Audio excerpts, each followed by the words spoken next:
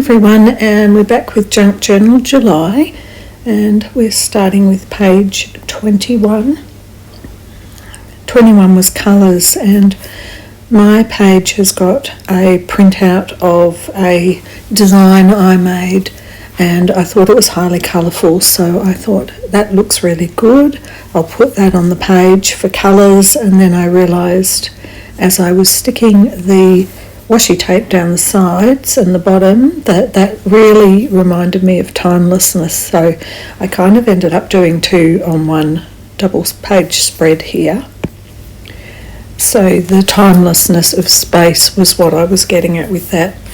And also the bit of material that I put there, it's a hand stitched piece by me, but it's got some old material, and I think hand stitching can be a little bit timeless. So this is the Tippett page, and I just carried over a little bit of that kind of antique-y, timelessy sort of kind of feel into the next page. This Tippett page is just an addition of a bit of card which is folded over, and I've put in a French dictionary page, an antique French dictionary page, and some washi to decorate it. That one on the side is quite a wide washi that goes all the way around the back, and then I've covered it with a bit of text from a music book and added another tip in, which is a bit of watercolour card ready to be used for later. I think I got a little bit off track with the ephemeral. For some reason I was thinking of angels and choirs and that lightness, and so I ended up making a very light page, and I thought that hearts worked with love because that's kind of the same, that ephemeral kind of feel, and also the beautiful bit of braille paper that Natalie had sent me in her package from France along with the antique pages. It really just it's just something about it that was a lightness, and something for me about how our senses can be transient. If you lose one of them for whatever reason, it could happen quickly. But like I say, I'm not quite sure I was on track with that. But on that theme, I was thinking love, and then I thought animals, and so I've got the little rabbits there, and the little tab is actually got feathers on it.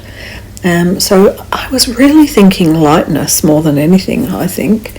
Found that little tear out of a heart sampler with all of the stitching on it, and I put that in as part of it as well.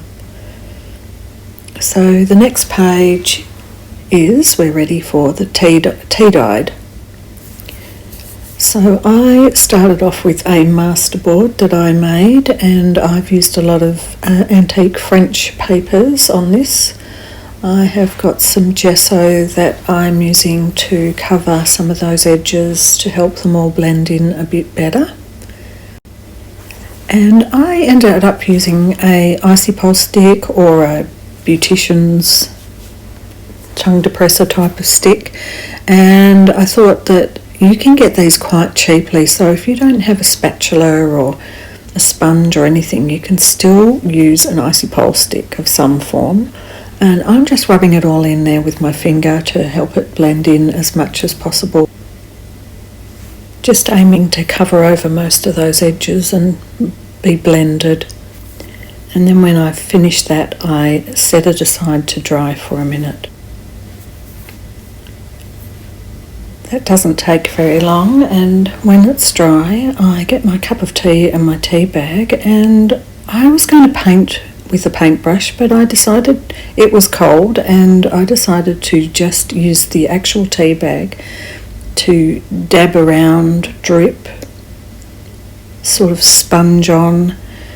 I quite like the effect in the end. It's very subtle, it's not obvious. But you can see, if I drip on some, you can see the difference with the drips. I already had made a cup of tea out of that tea bag, so it wasn't as strong as it could have been. But I like it. I quite like it. I left it to dry, and when it was dry, I cut up a strip that was 10 centimetres wide.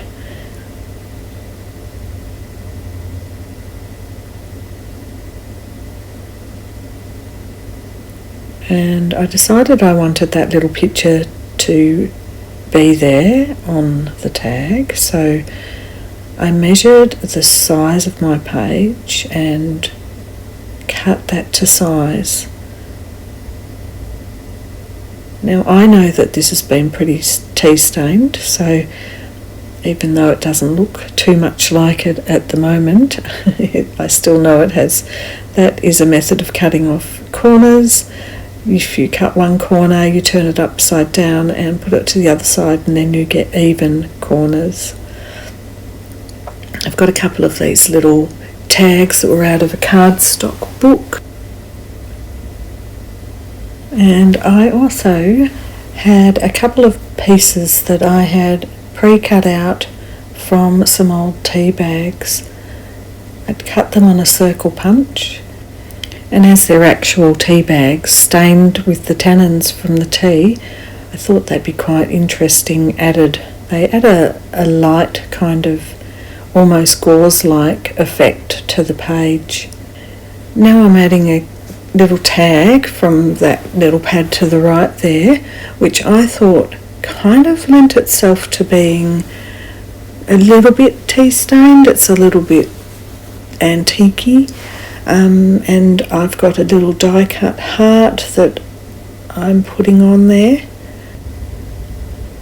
Now I'm just adding the prompt. I've been adding the prompt to every page or day because I like to look back and see what the prompt was.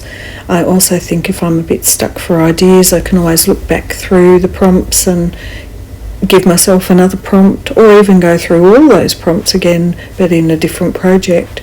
I felt like the tag needed a little bit more embellishing, so I've put some butterflies over the top there. And I think the tag's finished, but before I put it onto my book page, I realised I've got a couple of bits of tea bag left over, and I've also got a circle punch, so I decided that I would staple them together to make a cute little flower shape. And I wasn't sure, I thought maybe I was putting it behind the tag, but I really actually wanted to see the shape of that flower. I was thinking, do I do it as a flip? Which side is it going on? I've still got enough pages that I can easily fill in the rest of the days. There's not that many days left now, and I'm easily going to have at least 4 pages spare, so I can spread out still a little bit. And so I've glued down the tag, and I'm adding some of one of my favourite little, looks like it's ripped paper washies. I just love that. It's just so cute. It's got that little line all the way down through it. Just really adds an antique-y feel to the whole book.